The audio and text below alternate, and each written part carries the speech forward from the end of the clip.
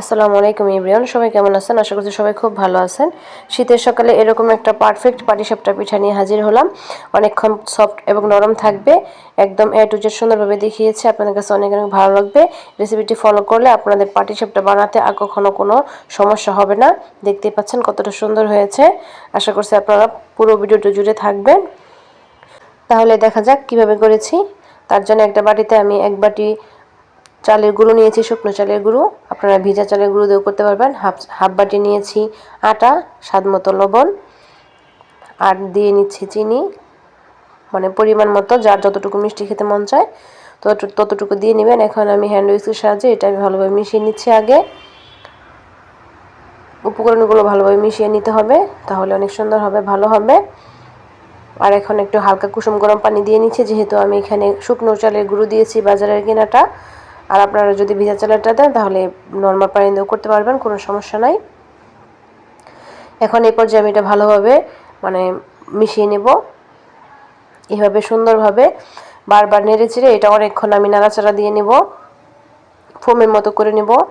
তাহলে শুকনো চালের গুঁড়োটা ভালোভাবে মিশে যাবে, আর চালের যে দানা দানা ভাব থেকে সেটা চলে যাবে। একটা আমি চিনি দিয়ে করবো, আর একটা করবো গুড় দিয়ে। তার জন্য একটা বাটি নিয়ে নিলাম। এখানেও আমি এক বাটি শুকনো চালের গুঁড়ো নিয়েছি। তারপরে হাফ বাটি আটা নিলাম।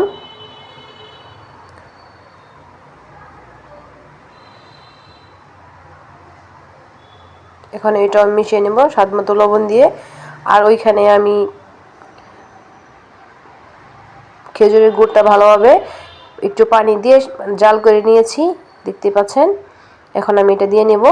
গুড়টাও কুসুম গরম ছিল, খেজুরের গুড়টাও কুসুম গরম ছিল। এখন আমি মিশিয়ে নিচ্ছি। এইভাবে বারবার মিশিয়ে নেবেন, আর হালকা গরম পানি দিয়ে আমার যতটুকু পানি লাগবে আমি দিয়ে নিচ্ছি। দিয়ে বারবার এভাবে নাড়াচাড়া দিয়ে নেবেন, তাহলে চালের গুঁড়িটা সুন্দর হবে, দেখতে পাচ্ছেন। এইখানে আমি এই ব্যাটারটা আমি 10 মিনিটের জন্য রেখে দিব ঢেকে, যেন পারফেক্টভাবে সেট হয়। 10 মিনিট পর চলে আসলাম, দেখতে পাচ্ছেন আমার ব্যাটারটা কতটুকু সুন্দর হয়েছে। ব্যাটারের কনসিস্টেন্সিটা কেমন হবে দেখতে পাচ্ছেন, এতটুকু হবে, চামিচ থেকে পড়েও যাবে, আবার চামিচটা কুট হয়েও থাকবে। এভাবে পারফেক্ট একটা ডো করে নেবেন, তাহলে পারফেক্ট একটা পাটিসাপটা পিঠা হবে। আমি দুটোই দেখিয়ে দিচ্ছি, দুটোই আমার সুন্দরভাবে হয়েছে। চামিচ থেকে পড়েও যাচ্ছে, আবার চামিচটা কুটও হয়ে রয়েছে। এভাবে সুন্দর একটা ব্যাটার করে নিতে হবে। এবার আমার যে পাটিসাপটা পিঠার যে মূল উপাদান, যেটা হচ্ছে খিসাটা আমি করে নেব। তার জন্য আমি দুধ নিয়েছি, আর এখানে নিয়েছি চালের গুঁড়ো, আর এখানে নিলাম গুঁড়া দুধ। গুঁড়া দুধটা দিলে ভালো, না দিলেও কোনো সমস্যা নাই, তবে দিলে টেস্টটা অনেক অনেক বেড়ে যায়। তারপরে দিয়ে নিলাম চিনি। তারপরে এক বাটি নারকেল কুড়ো দিয়ে নিলাম। নারকেল কুড়োটা দিলে অনেক টেস্ট হয়, না দিলেও পারবেন, কোনো সমস্যা নেই, কিন্তু নারকেল কুড়োটা খেসে আমাদের দিলে অনেকটা বেশি ভালো লাগে। আর এখানে ফ্লেভারের জন্য আমি একটু ঘি দিয়ে নিলাম। আমি ভালোভাবে জাল করে নিয়েছি সবগুলো, দেখতে পাচ্ছেন আমার খিসাটা কত সুন্দর হয়েছে। আর ঘিটা দিতেও পারেন, অপশনাল, কিন্তু দিলে বেশি ভালো হয়, ফ্লেভারটা ভালো আসে। দেখতে পাচ্ছেন আমার খিসাটা হয়ে গিয়েছে, ঠান্ডা হলে এটা আরও ঘন হয়ে যাবে।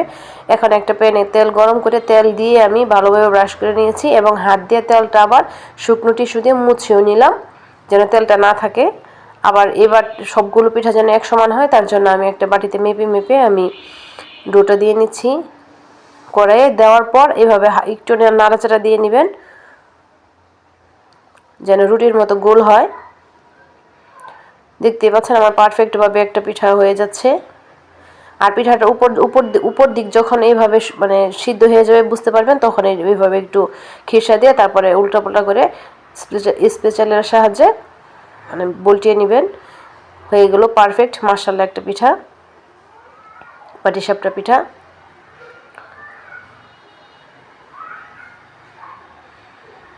দেখতেই পাচ্ছেন কতটা সুন্দর হয়েছে। এভাবে আমি আরেকটা করে নিচ্ছি।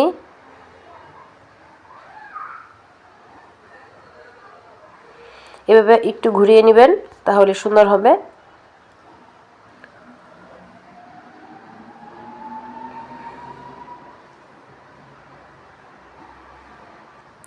এবার আমি খিসাটা দিয়ে নেব। উপরটুকু যখন হয়ে যাবে তখন খিসাটা দিয়ে নেব।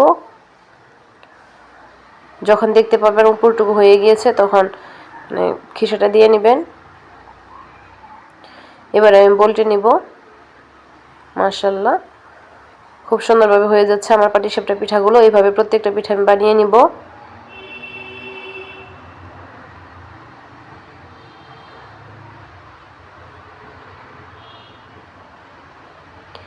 এখন আমি আরেকটা করে নিচ্ছি।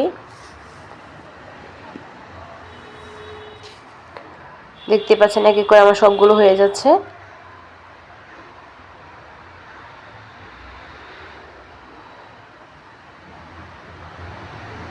আরেকটা করা শেষ।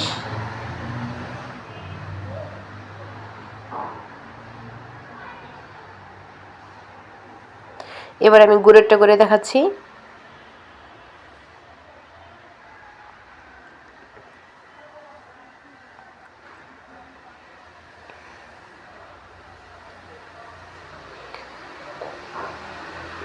উপরে হয়ে আসলে তারপরে আমি খিসাটা দিয়ে নেব। একটু অপেক্ষা করতে হবে। আর এ পর্যায়ে বলে রাখি, চুলার হিট একদম লোতে রাখবেন। কখনোই মানে বাড়িয়ে দিবেন না। আগে প্যানটা গরম করে নেবেন, তারপর চুলার আঁচটা একদম লোতে রাখবেন। তাহলে প্রত্যেকটা পিঠা সুন্দর হবে, উপরেও সফট হবে।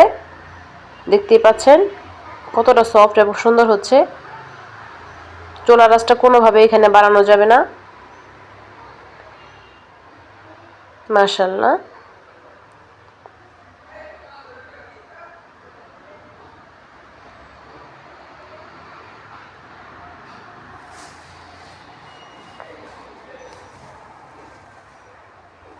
রেসিপিটি স্টেপ বাই স্টেপ ফলো করলে আপনারা এরকম একটা পারফেক্ট পাটিসাপটা পিঠা খেয়ে ফেলতে পারবেন ঘরে বসেই।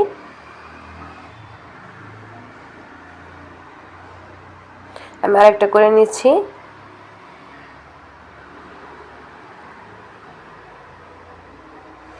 এখানে আমি একটু বলটে নেব। মাশাআল্লাহ,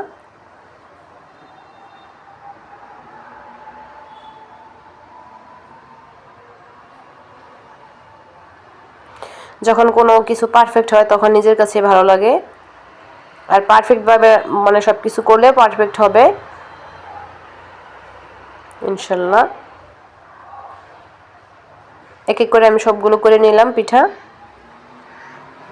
দেখতে পাচ্ছেন কতটা সুন্দর হয়েছে। এই তো আমার সবগুলো পিঠা ডান। মাশাআল্লাহ, সবচেয়ে বেশি সুন্দর হয়েছে এই গুড়ের পিঠাটা, সত্যি অসাধারণ ছিল। একটা ভেঙে দেখাচ্ছি আপনাদের। প্রত্যেকটা পিঠা একদম সুন্দর এবং সফট মোলায়েম ছিল, মুখে দিতেই মিলিয়ে যাবে এরকম ছিল। ভিডিওটি ভালো লাগলে লাইক কমেন্ট শেয়ার সাবস্ক্রাইব করবেন। পাশে থাকার বেল আইকন অন করে রাখবেন যেন নিত্য নতুন রেসিপি আপনাদের কাছে পৌঁছে যায়। আর সবার সুস্বাস্থ্য কামনা করে এখানে বিদায় নিয়ে নিয়েছি। সবাই ভালো থাকবেন। আসসালামু আলাইকুম ওয়া রাহমাতুল্লাহি ওয়া বারাকাতুহু। আল্লাহ হাফেজ। Take care everybody.